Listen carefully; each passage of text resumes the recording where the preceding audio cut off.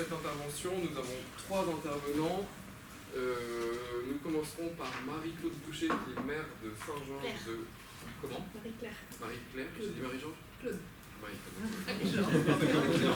Donc Marie-Claire Boucher, maire de Saint-Georges de Rintimbault.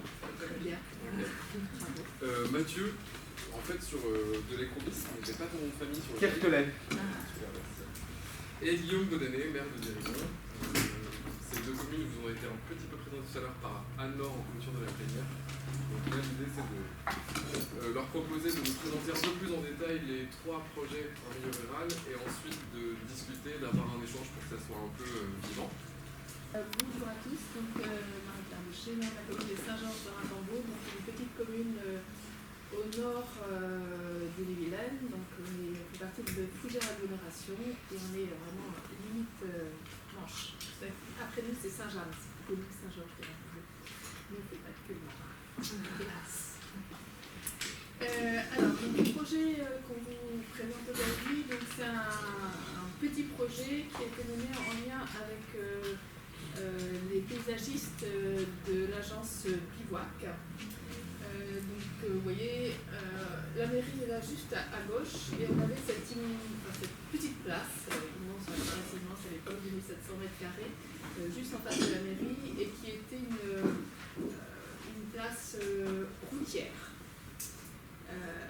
On a fait un travail de revitalisation, des travaux sur la revitalisation de notre cœur de bourg avec préalablement dans les années 2018-19 avec l'architecte urbaniste Nadège Mazoué. Et on avait abouti à ce qu'on avait un village qui était assez minéral et pour lequel il y avait besoin de remettre un peu de vie, de végétal et autre chose que de la circulation voiture.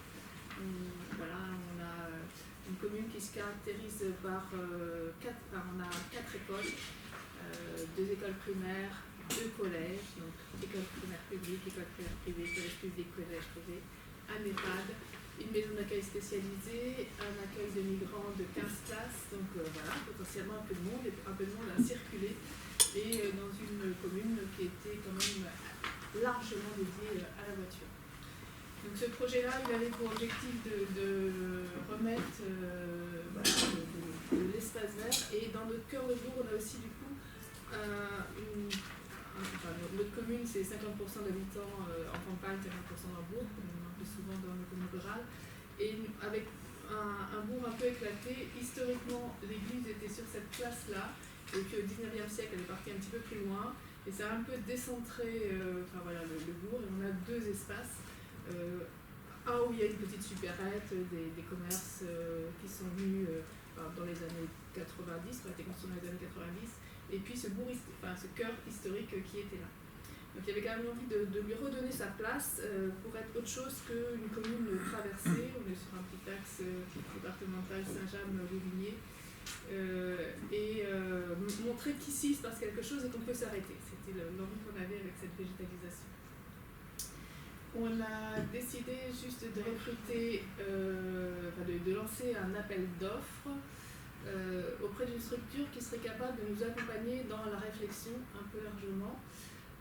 Et on a retenu, donc on était en 2020 une année où voilà, c'était un petit peu ambitieux de se lancer dans des choses comme ça, vu les contraintes qu'on avait d'un point de vue sanitaire qui bloquaient un peu beaucoup de choses.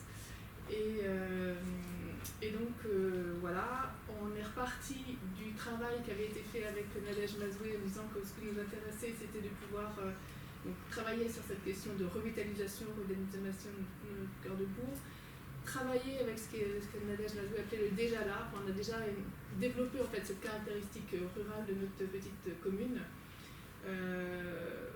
On se disait qu'on n'avait pas un budget énorme à y mettre, mais qu'en travaillant sur les matériaux qui pouvaient exister, ça pouvait être intéressant, et que c'est quand même déjà un peu une façon de faire de nos services techniques qui sont habitués à récupérer, trier, stocker. Il faut beaucoup de place, mais finalement c'est assez intéressant parce que ça nous donne des matériaux.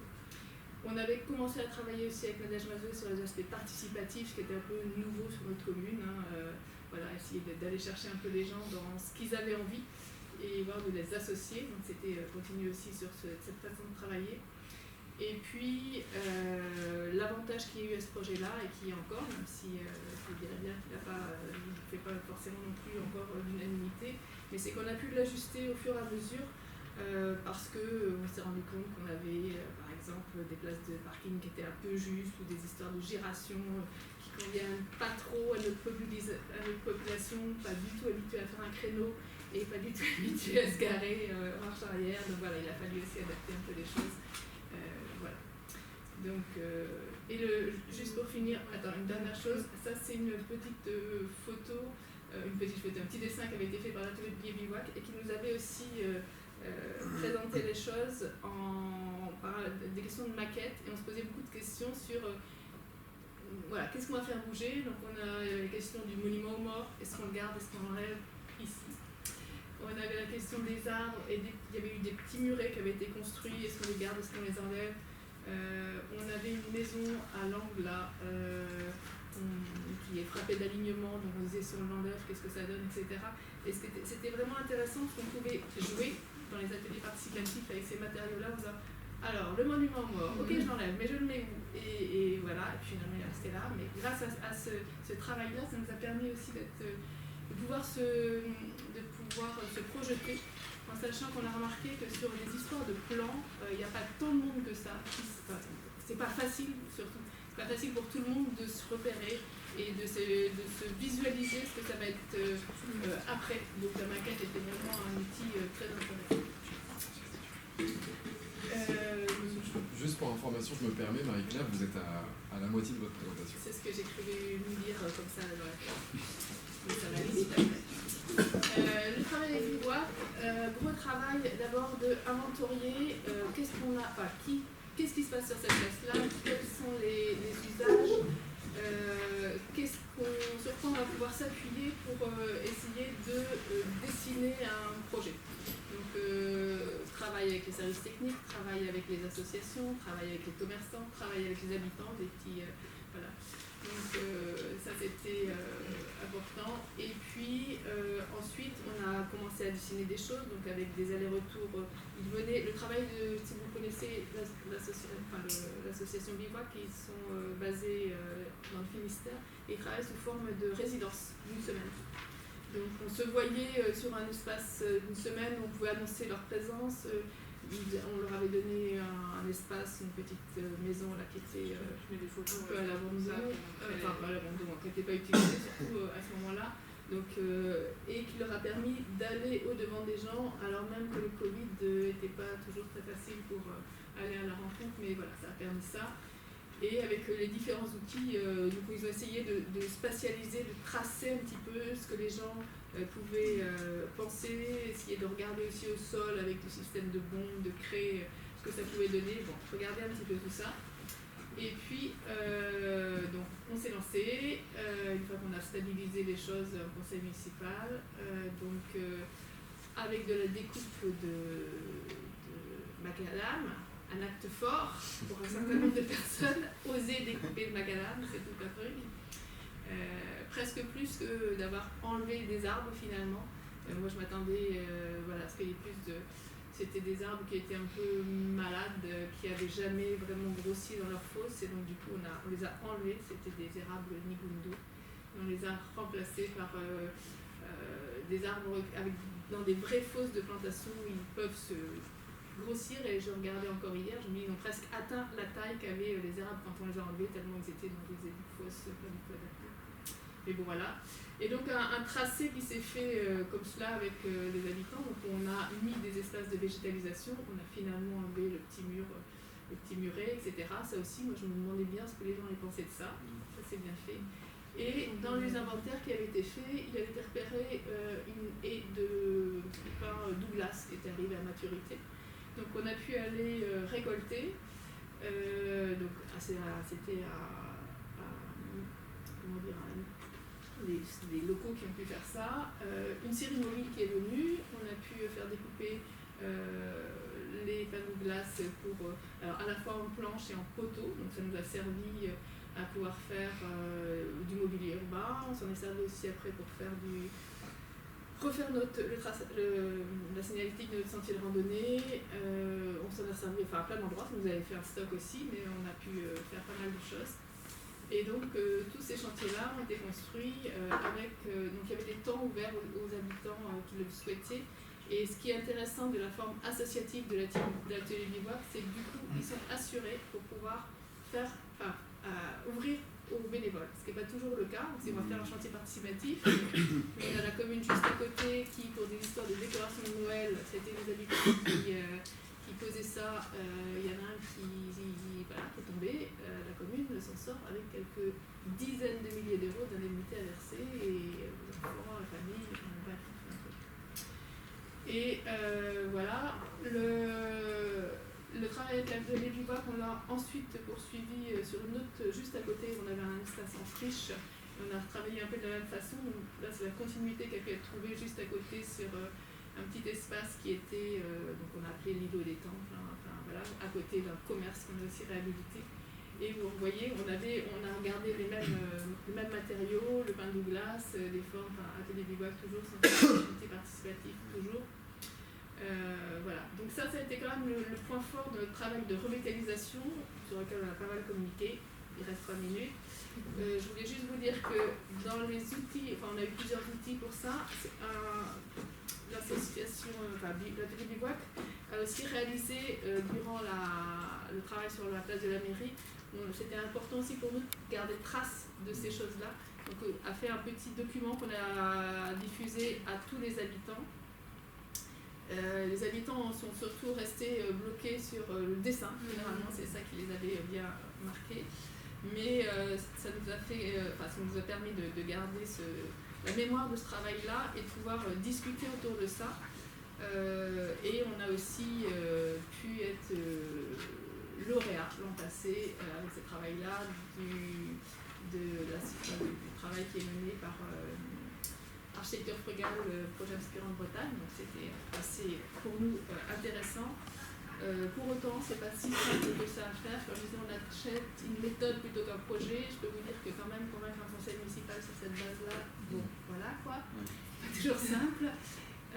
Que comprendre aussi, parce que du coup par rapport aux façons de travailler habituelles où on a un architecte, un paysagiste qui conçoit un projet, puis après on fait appel à des entreprises qui vont intervenir, etc. Là en fait on a eu les mêmes de la réflexion jusqu'à l'aboutissement, puisque les paysagistes et bivouac mettent aussi la main à la pâte de façon très concrète, aussi bien sur la plantation, sur la découpe, ils font tout quoi, avec les services techniques et avec les habitants. Et moi j'ai eu aussi un retour parfois, y compris des livres, en disant c'est bon quoi, on les paye et c'est nous qui bossons.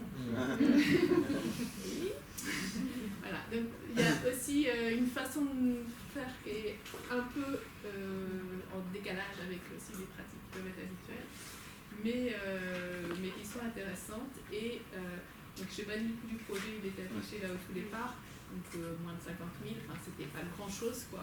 Pour autant, là-dedans, on n'a pas encore refait le bitume de la place. Donc l'idée, c'était pas de le refaire pour nous, c'est d'arriver justement à stabiliser une façon de fonctionner et après passer sur une chaussée perméable, quelque chose, voilà. Donc ça ne sera pas moi qui le fera parce que je ne serai pas candidate en mars, mais pour autant, c'est un point d'achoppement très fort avec certaines personnes et il y a une liste qui se met en place voilà, et notamment en disant la place de la mairie c'est n'importe quoi et on a les trottoirs les plus sales, les plus moches, les plus je sais pas quoi du monde je pense. Donc voilà. Et voilà, c'est aussi des projets qui peuvent être un peu parfois culturels, culturels et puis effectivement voilà, il y a quand même aussi des gens pour dire que c'est chouette, mais et que c'est très bien. Mais le côté aussi qu'on voulait avoir de circulation piétonne, donc ça nous a permis quand même de leur donner sur tout le haut de la place une circulation qui est vraiment facilitée.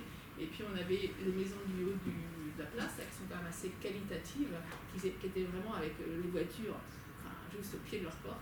Et donc aujourd'hui, il y a une petite bande végétale, ça a mis aussi en valeur cette partie-là. On est aussi commune du patrimoine rural de Bretagne, on est aussi, voilà. Donc c'est des choses aussi que c'est important pour nous de pouvoir caractériser.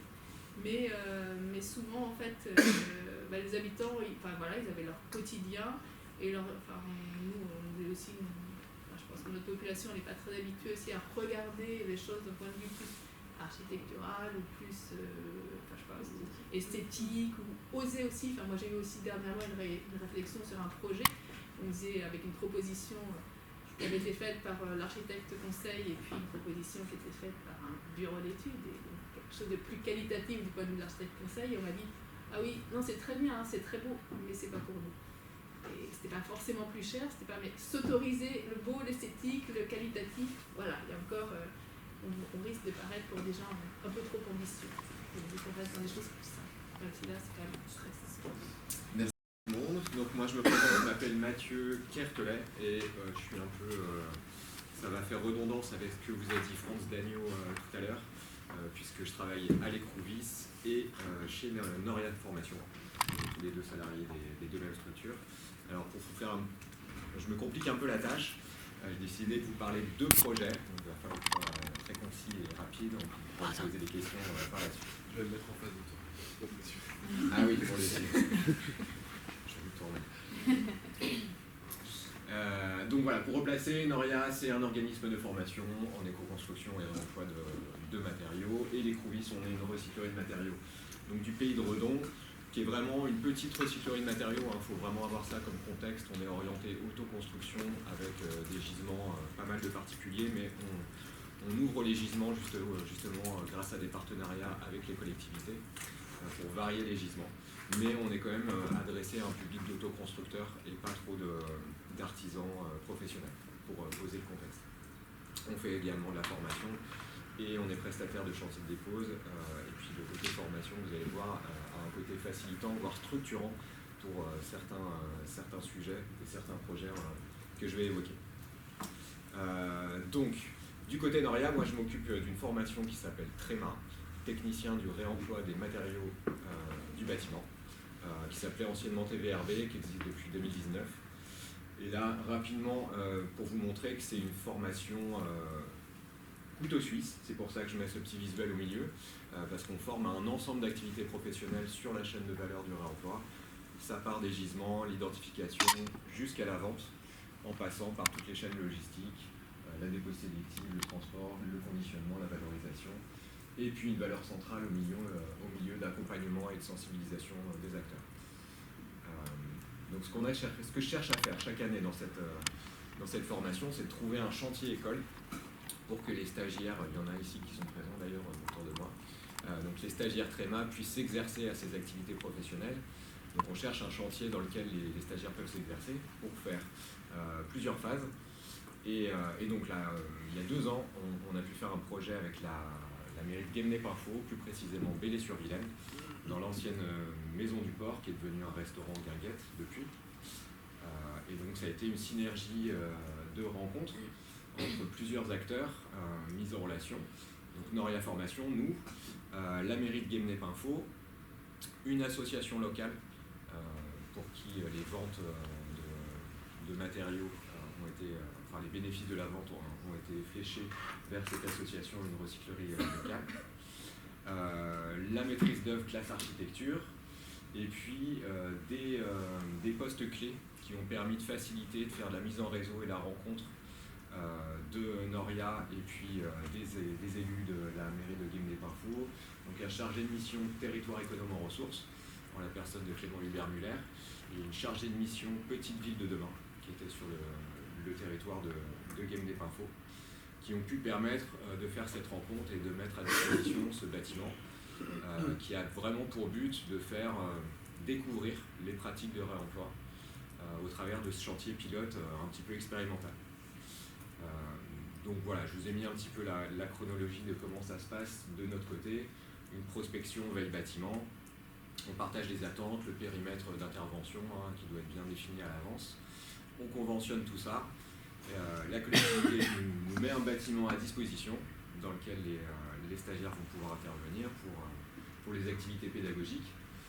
On intervient sur le bâtiment en différentes phases et on dresse un bilan à la fin.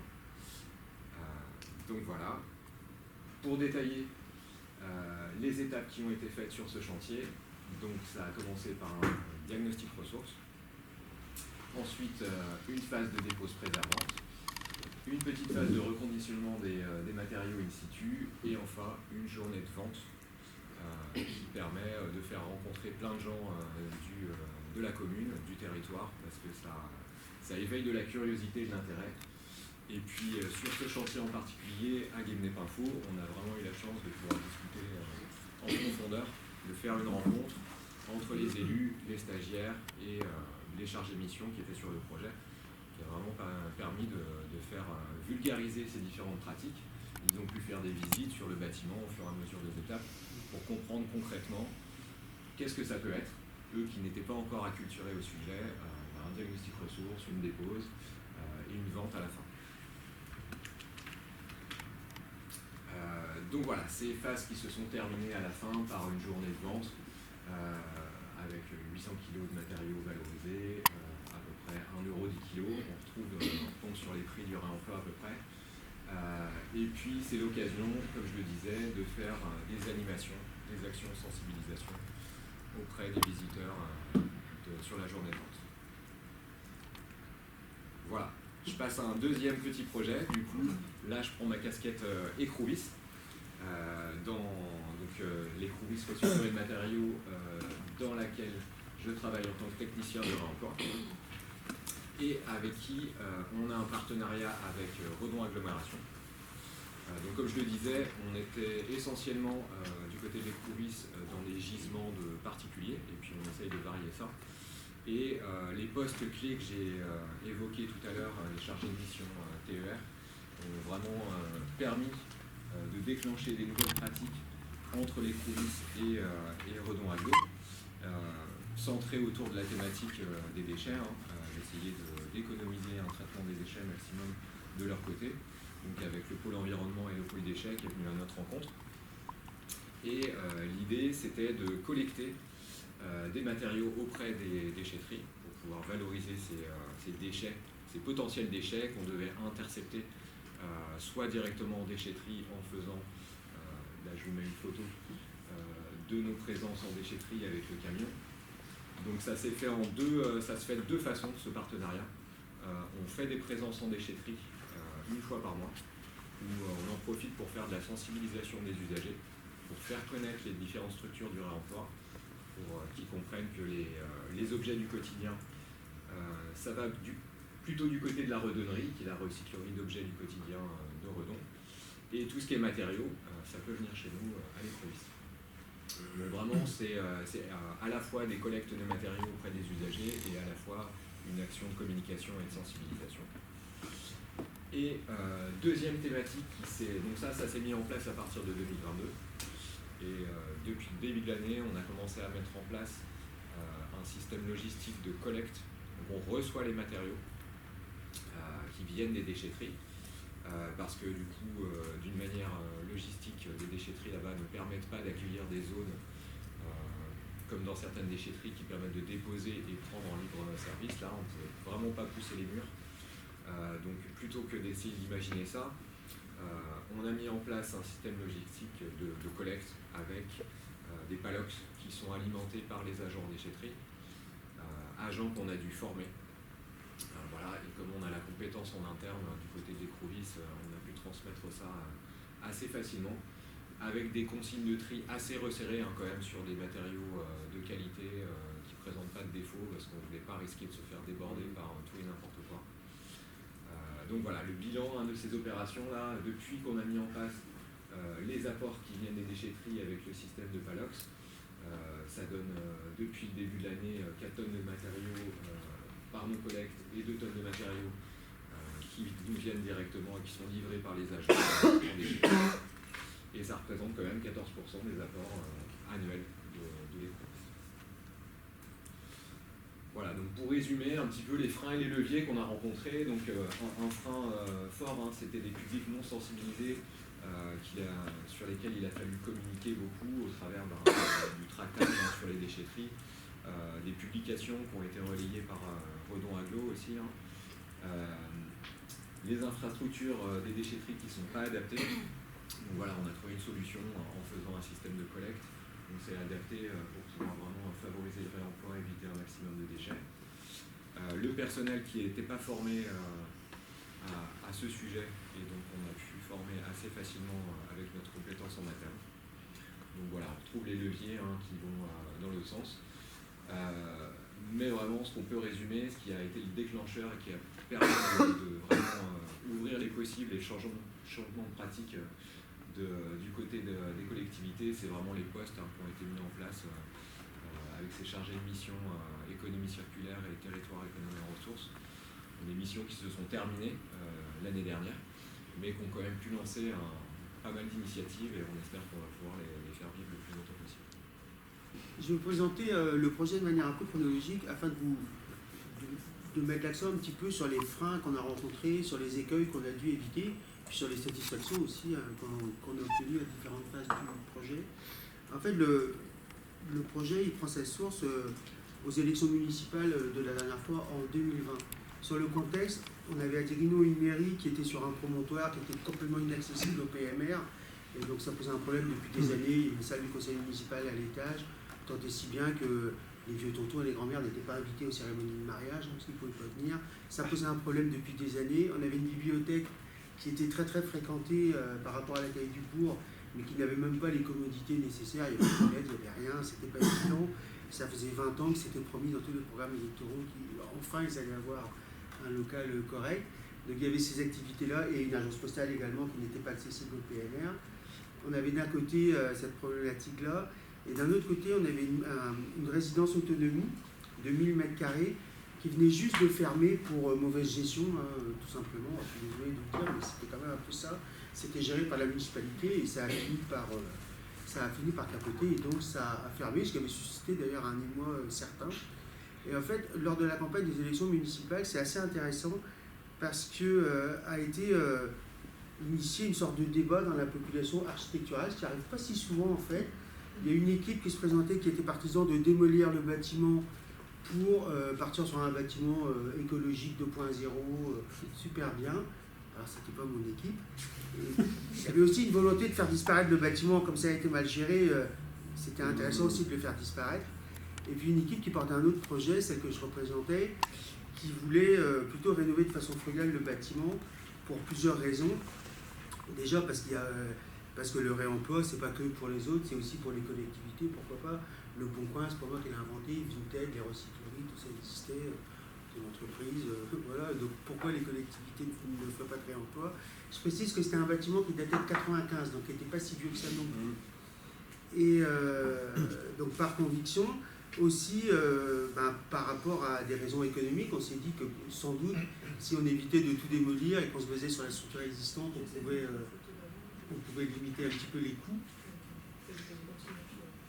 Voilà, et donc finalement, pendant les élections municipales, là, un vrai débat là-dessus. Alors c'est pas si courant que ça, que dans la population on parle d'architecture. Et donc les gens finalement ont fini par choisir, mais ça n'a pas été net. Et puis le projet de réemploi du bâtiment a été choisi. À ce moment-là du projet, je me suis rendu compte qu'il y avait un certain nombre de freins. Alors c'est assez étonnant parce que là, tout le public ici dans la salle ou à côté, on est tous plus ou moins convaincus. Et je reviens sur ce que tu disais, Marie-Claire, c'est vrai que dans la population, c'est pas toujours évident. Et moi, j'ai eu pas mal de freins. Alors certains freins qui n'étaient pas trop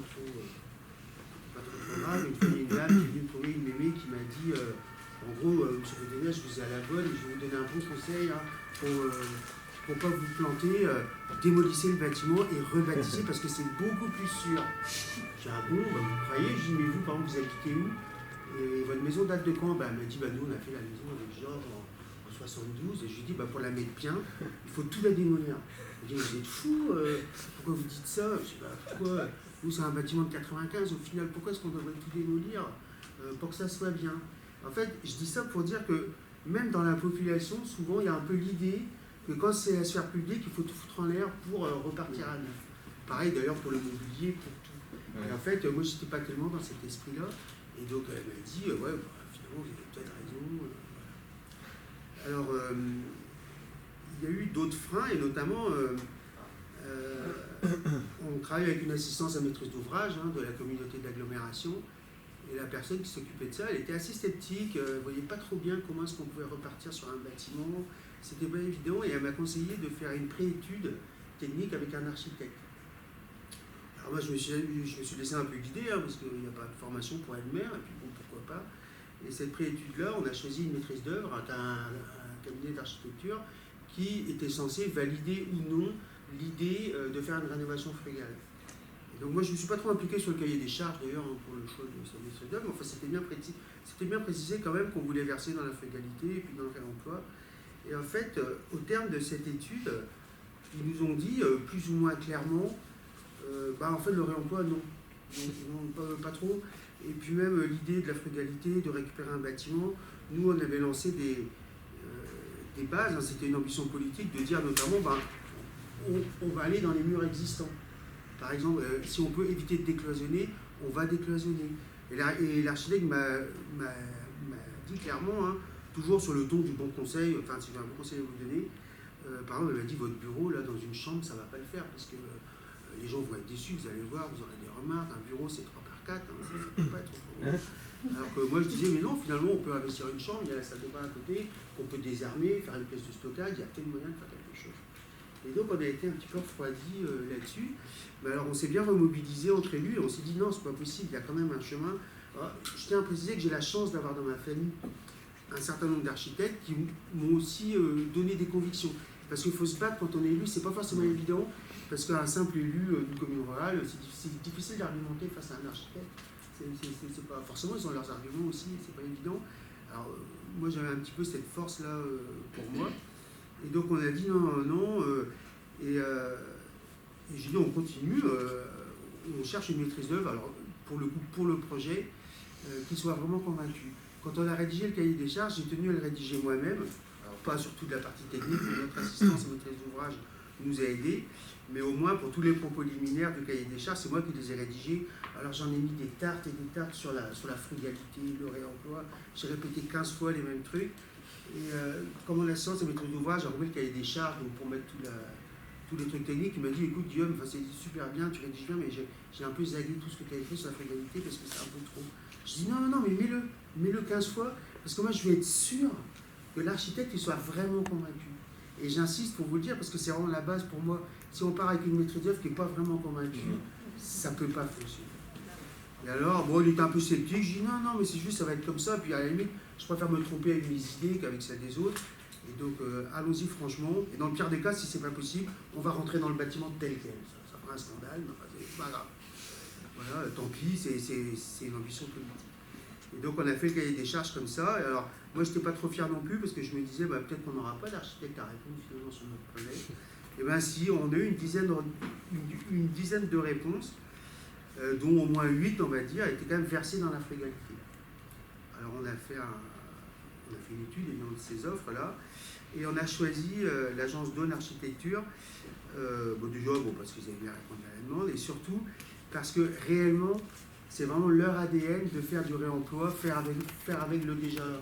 Sur leur site internet, c'était marqué sur la page de garde, comment faire avec le déjà là. Je me suis dit, au moins ceux-là, j'aurais pas forcément besoin de les convaincre, c'est plutôt sécurisant. Alors j'ai pu me reposer un petit peu à cette phase-là du projet. Alors dans notre ambition, on voulait faire du réemploi de matériaux, mais pour moi le premier réemploi, au moins dans cette figure, c'est ce qu'on démolit pas. Déjà au moins les murs sont réutilisés, les réseaux, les plafonds, les sols, l'isolation. Voilà, et puis ensuite, autant que faire se peut, réutiliser des matériaux, réemployer même le végétal, réemployer tous les meubles, c'était le but.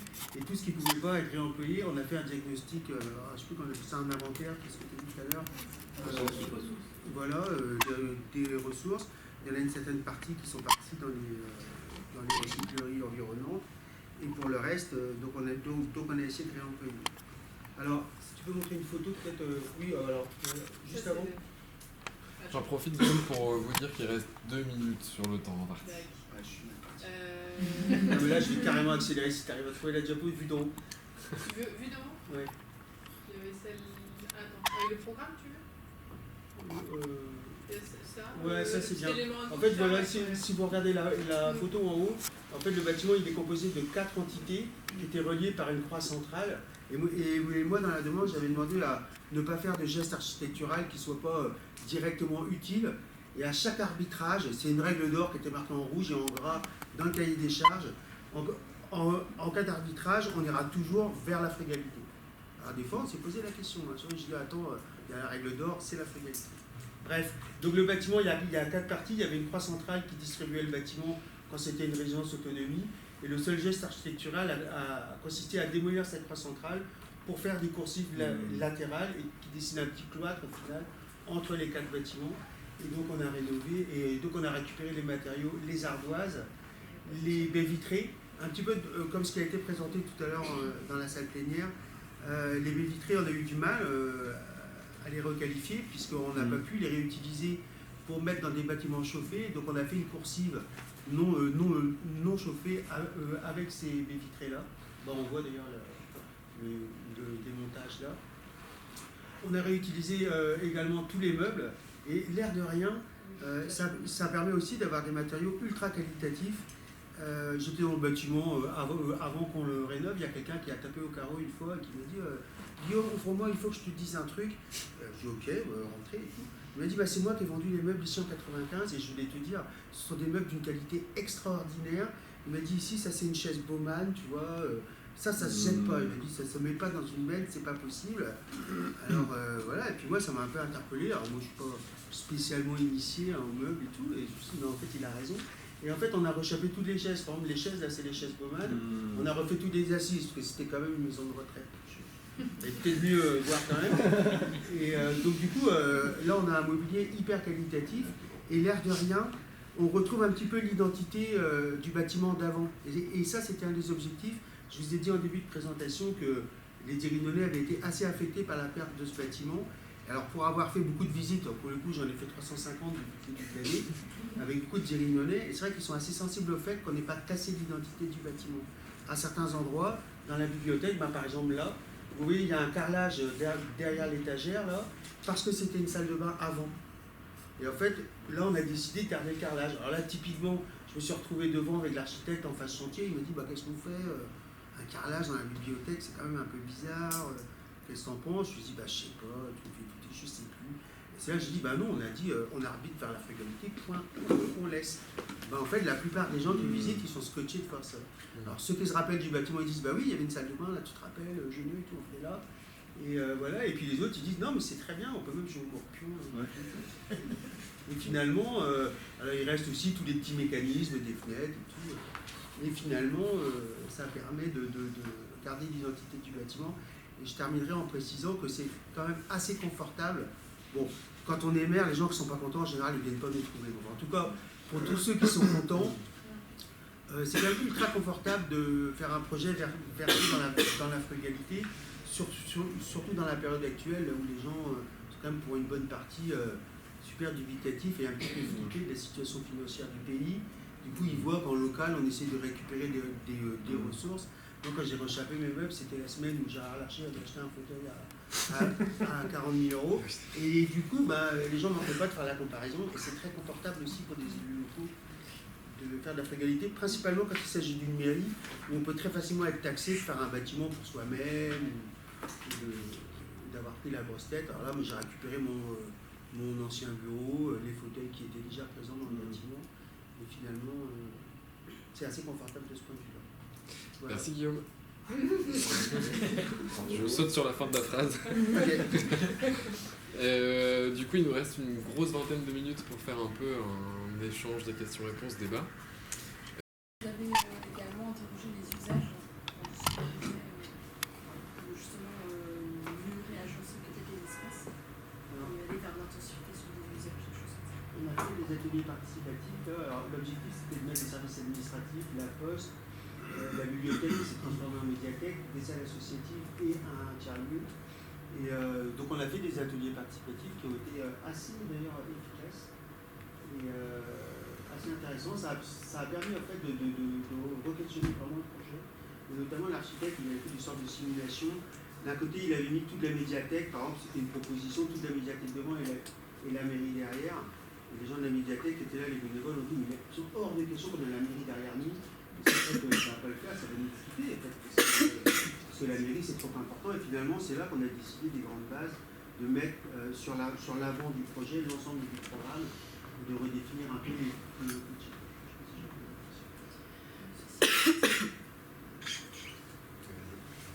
Ouais, c'est pour vous deux. La question, plutôt d'un point de vue du coup maîtrise d'ouvrage, là on peut voir que les coûts de travaux sont bien inférieurs à des coûts de démolition ou reconstruction. J'imagine que dans les arguments, là c'est sur ce projet, dans les arguments, mine de rien, ça penche dans la balance. Est-ce que ça, l'étude de faisabilité au préalable, vous avez donné un peu un budget de ce type-là pour la rénovation? Enfin, en relecture à la fin, est-ce que vous avez pu reprendre l'étude de faisabilité et faire le comparatif et vous dire, ah oui, ok, finalement, d'un point de vue économique, on s'y retrouve, on gagne de l'argent finalement. Ça, et même d'un point de vue des aménagements publics, est-ce que vous avez réussi à faire le comparatif par rapport à on va dire un curage, un décroutage complet et une réflexion classique? Parce que pour des collectivités en milieu rural, mine de rien, le budget est serré. Et donc c'est toujours intéressant de faire ce comparatif en REX, même pour Broded.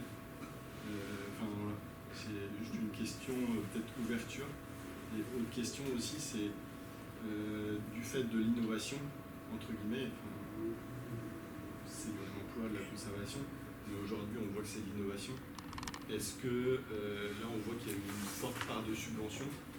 Est-ce que vous avez réussi à tirer des subventions liées à cette innovation, ce qui vous a permis encore plus d'arriver à l'équilibre?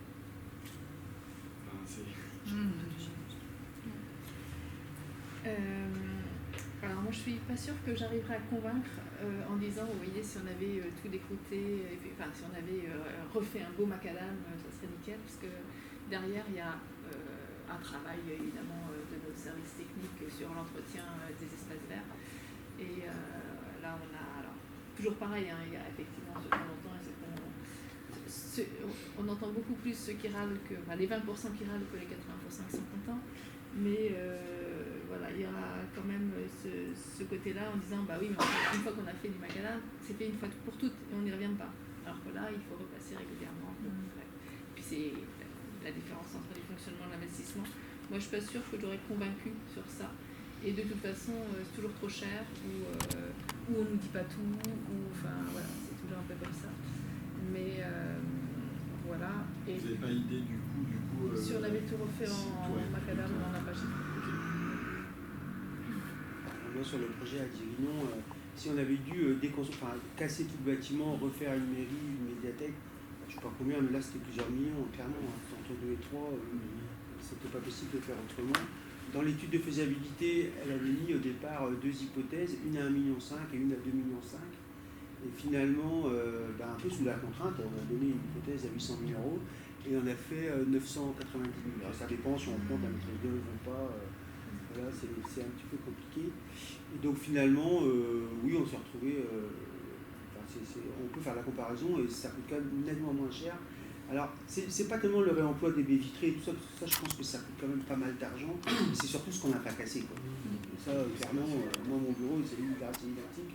Le bureau administratif, c'est des chambres en fait, qu'elles étaient avant, les plafonds, les murs, tout est resté. Forcément, ça coûte beaucoup moins cher, il n'y a pas de grosses œuvres. Voilà. Et pour le financement et les subventions, clairement, ça a joué. On a été subventionné à peu près 70%. Et je me souviens, j'ai eu besoin de voir la directrice de cabinet du sous-préfet. Et puis, en repartant, elle m'a dit qu'est-ce que vous avez comme projet. C'était en tout début de mandat, je lui ai parlé de ça. Et elle m'a dit il faut à tout prix que vous rencontriez le sous-préfet et tout pour lui parler de ça, ça va beaucoup l'intéresser. Et donc, quand on a démarré le projet, quand on a cherché des financements, DETR, DSIL, on est allé voir le sous-préfet. Alors, je l'ai baratiné, un peu de l'honneur avec ça. Ouais, il m'a dit oui, non, c'est bien, c'est pas mal, c'est un beau projet et tout. Effectivement, on va pousser le curseur des subventions assez haut. D'ailleurs, ils ont donné 350 000 €. Et voilà. Et quand il est venu le jour de l'inauguration, alors bon, le passant dernier, après tout le monde, je pense qu'il était en manque d'inspiration, et il m'a dit, quand il a pris le micro, il a dit, voilà, je suis monsieur le maire, vous étiez venu me voir, vous m'avez parlé de la frugalité, il m'a dit, je dois quand même vous avouer, j'y ai pas cru du tout. Et je suis très content aujourd'hui de voir que vous avez réussi à le faire. C'est pas forcément évident. S'il a fallu qu'il nous pousse, c'est pas évident. Mais par contre, il était content que ça marche. ce qu'on voit, c'est qu'il y a vraiment des leviers qui existent aujourd'hui pour financer ces types de projets, et du coup, ça devient des projets économiques, même à l'échelle d'un équilibre budgétaire de communes. Moi, je suis assez d'accord qu'on a aujourd'hui, alors il y a effectivement les décideurs et leurs équipes.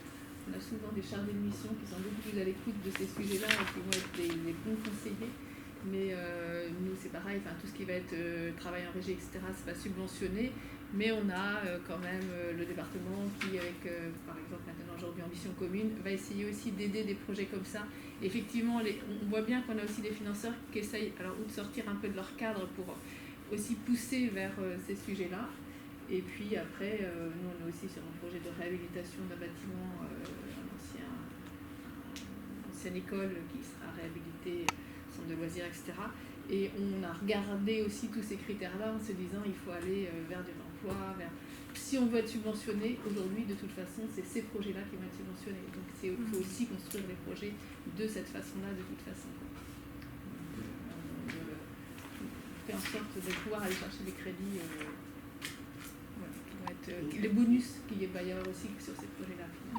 Et je précise juste que quand on parle de réemploi aujourd'hui et de la frugalité, en 2025, c'est pas du tout la même chose qu'en 2020, ça évolue extrêmement vite. Franchement, moi quand je parlais de ça, au début, on regardait des grands zoos, n'importe quoi. Alors maintenant, il y a des gens qui viennent me trouver, vous connaissez la frugalité? Ouais, ils en ont entendu parler.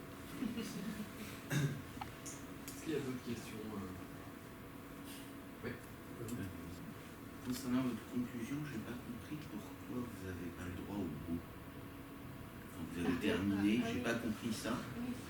Et ensuite, la deuxième question, c'est que par rapport aux mairies, des petites mairies qui ont des projets ambitieux, pensez-vous que tous les acteurs soient présents ou faut-il en créer d'autres dans le sens que de temps en temps un maire doit tout faire, n'a pas forcément toute la connaissance, il est face à, il doit vendre son projet à des institutions, il a derrière des architectes qui, en fonction de leur niveau, vous disent oui, non, mais pensez-vous qu'il n'y a pas nécessité d'avoir une personne intermédiaire qui puisse faire le lien ou pas?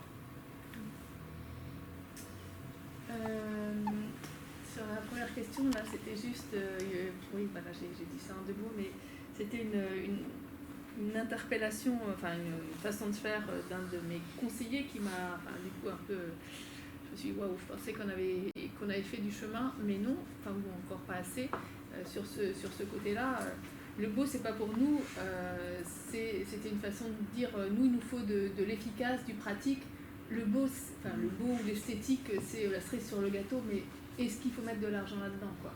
Et c'était plutôt ça, en se disant, en gros, t'es une fille, tu penses qu'à l'esthétique, et c'est pas ça qu'il nous faut, il nous faut un parking, un vrai.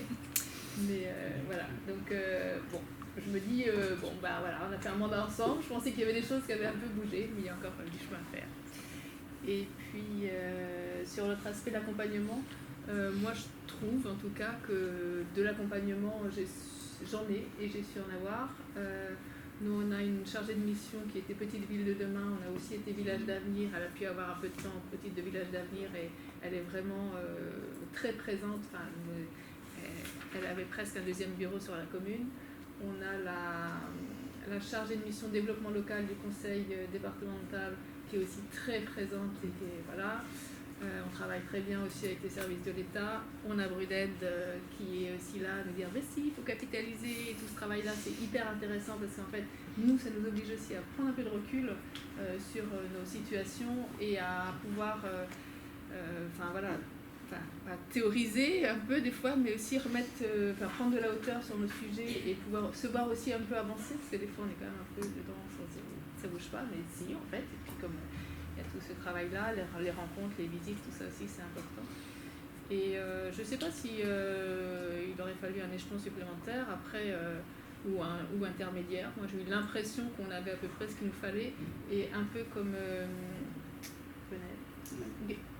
Guillaume, Moi, je suis aussi attentive à la relecture des cahiers des charges, j'y passe du temps aussi, parce qu'effectivement, il y a tout le travail que va faire la chargée de mission, secrétaire générale de mairie, mais j'y mets aussi ma patte en se disant non, mais là, en fait, il faut que ça soit très concret ce qu'on veut, et moi, je n'ai pas tout le vocabulaire technique qui va bien, je leur laisse ça, mais effectivement, sur l'intention, comment on fait et ce qu'on veut, moi aussi, je soigne beaucoup ça, pour que on arrive à avoir en face de nous des gens qui correspondent à ce qu'on recherchait.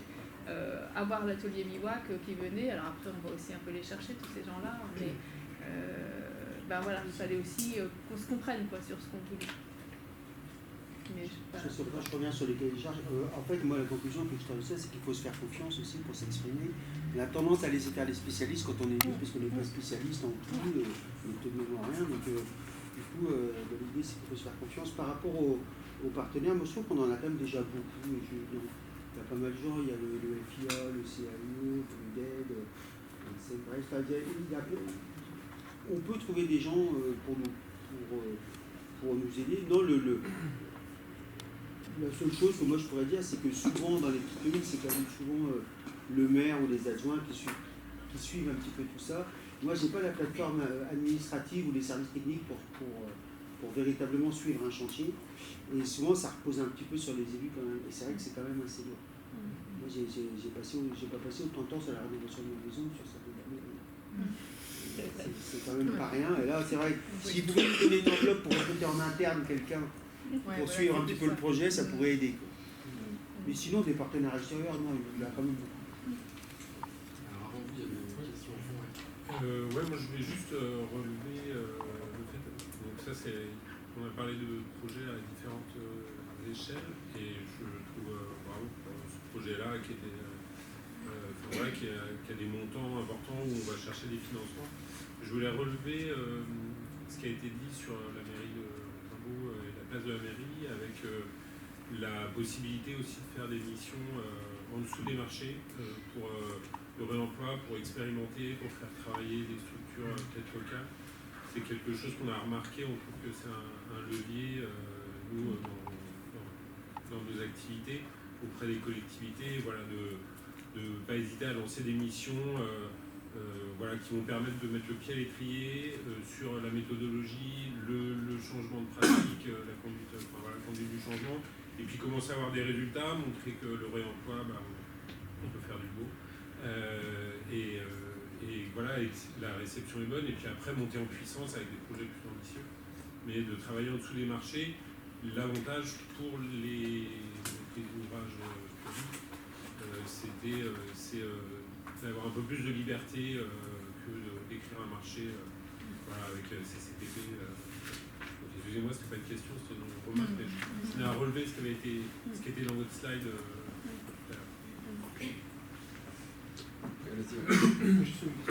On voit dans les deux exemples là, que ça fonctionne parce que vous êtes vous en tant qu'élu porteur, plus que le porteur du projet. C'est comment on fait pour mobiliser des mairies où justement l'ambition est moins grande, où la sensibilité est peut-être là, mais ils ne sont pas forcément convaincus, surtout le maire, parce que c'est quand même lui qui va être le porteur vraiment du projet. Moi je fais partie d'une liste municipale en cours pour la politique municipale, et je suis arrivé très tardivement, donc je suis dans le bas de l'année. Et concrètement, on est dans cette discussion de comment on écrit un projet municipal, comment on convainc les autres membres de la liste de tendre à ce genre de projet. Donc on peut avoir des exemples, on peut essayer de les relier à peut-être ce genre de structure.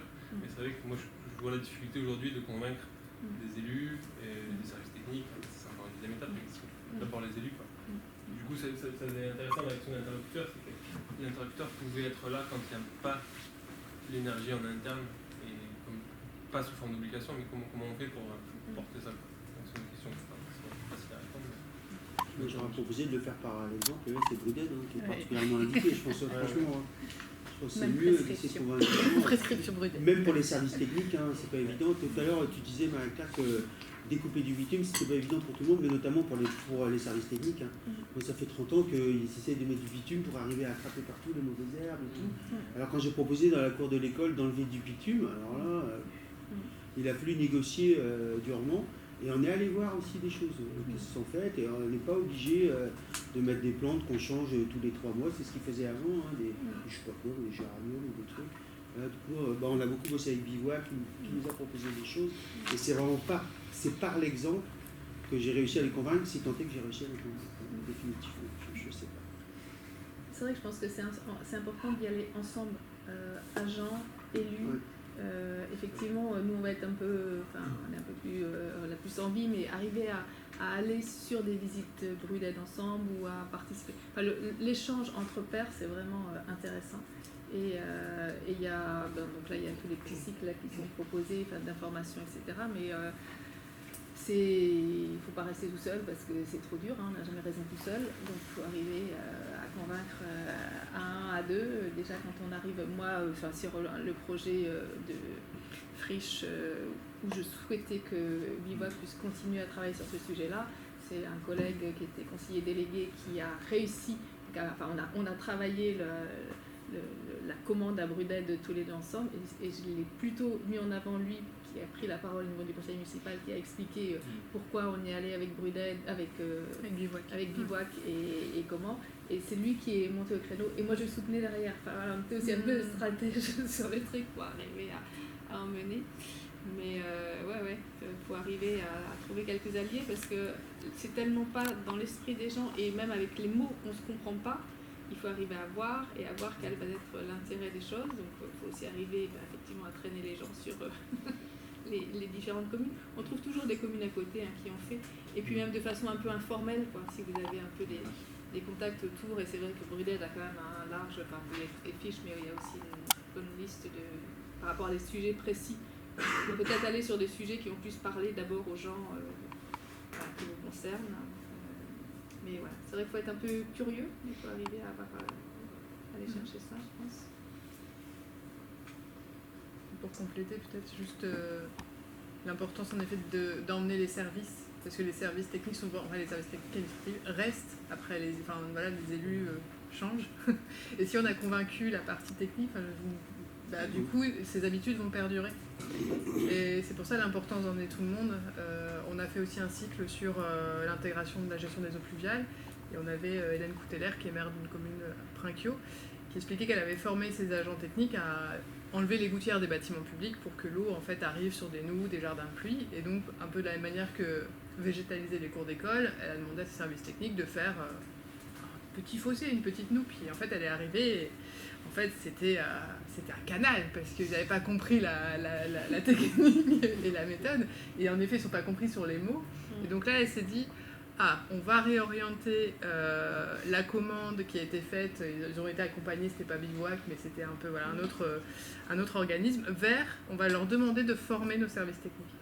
Donc, je parlais aussi de ça tout à l'heure, Franz me disait intégrer une clause de formation dans les marchés publics. Alors, marché public en effet costaud, mais cette question-là de la formation des agents, de l'accompagnement, de venir avec les agents à des visites en effet pour partager ces retours d'expérience-là ensemble et partager vraiment quelque chose de concret et aussi y aller vers de la formation, former les agents pour que derrière, quand les élus changent, ces habitudes-là, elles sont acquises pour de la longue durée en fait.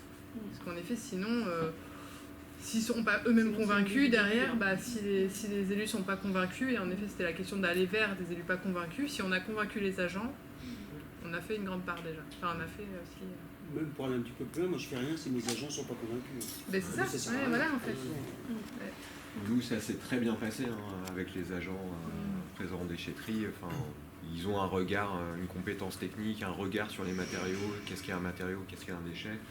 Ils n'aiment pas trop le gaspillage non plus, ils en voient beaucoup trop au quotidien, donc c'était quand même relativement facile de les accompagner et de valoriser leurs compétences là-dessus. Ouais, puis on valorise aussi. Ça donne du sens au travail. Ça donne du sens, ouais, souvent dans les communes un peu rurales, puis même dans les autres, sûrement, ils sont habitués à faire du réemploi. C'est ce qu'ils font tout le temps.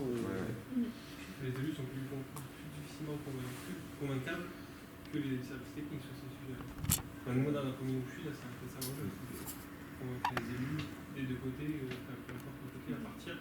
Alors que c'est ce qu'ils font, par exemple, sur l'action de la place du service technique pour pouvoir stocker ce qu'ils récupèrent. C'est un vrai enjeu de discussion, là où les services techniques tirent un peu la corde pour avoir de la place, pour pouvoir stocker. Et les élus voudraient réduire un peu cette place-là. Au final, on vient dépasser l'heure de conférence. Est-ce qu'il y a une dernière question avant qu'on puisse continuer nos échanges au sein du repas qui nous attend dans notre rôle ? merci beaucoup d'être intervenu. Merci à vous d'être venu à l'atelier.